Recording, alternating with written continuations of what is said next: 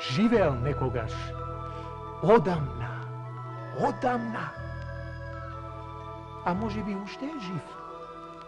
Кралувал во едно кралство. Еден крал по име Санџива Джив. Кралувал, на кралувањето му се радувал, пред дворјаните бил горд и важен. Но кога останувал сам, бил многу тажен. Санџива Джив бил горчливо тажен. Кога останувал сам, црвенел од срам, тагувал дотука бива кутриот Джив Санџива. Кога самувал, постојано се јадосувал и се пеплосувал. Во самувањето, неговата висост се теки, си префрлувала, се прекорувала. И нешто не е за фалење, вистински си ми крал Санџива за жалење. Вистинска си ми ти беда, висока една педа. Никаков си ми ти крал, голем, а толку мал. Да. И доаѓало на неговата екселенција да се изеде жива. Чинил ќе пукне од нака кутриот Джив Санџива. Па не можел ни да јаде, ни да пие.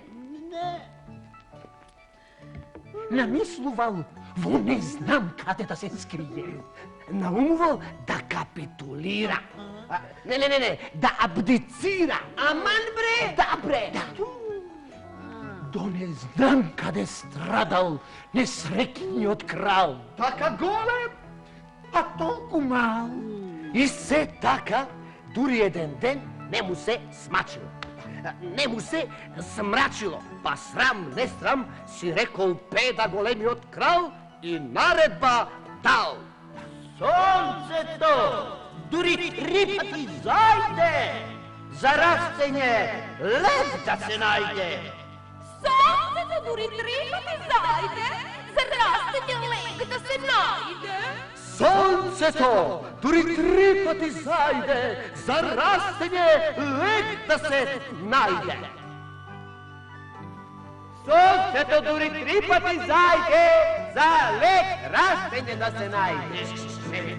За растење лед да се најде. Се растрчале дворјаните и каде ли не испребарале. Со сите лекари и надрилекари се испокарале. И во наискреното катче на кралството навратиле. Но залудно, со празни раце се вратиле. А лек имало, не е да немало. Сите го знаеле, ама траеле. Секој се плашел да рече.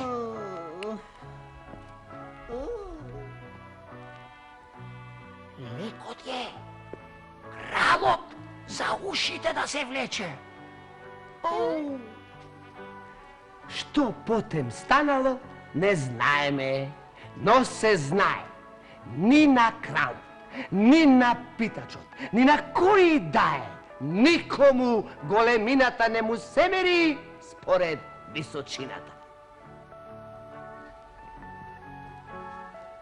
Кој колку вреди, најмалку се мери со педи. Да, Санџива Джив може колку што сака од вистината да се ежи, ама и кралот и питачот тежат онолку колку што умот им тежи.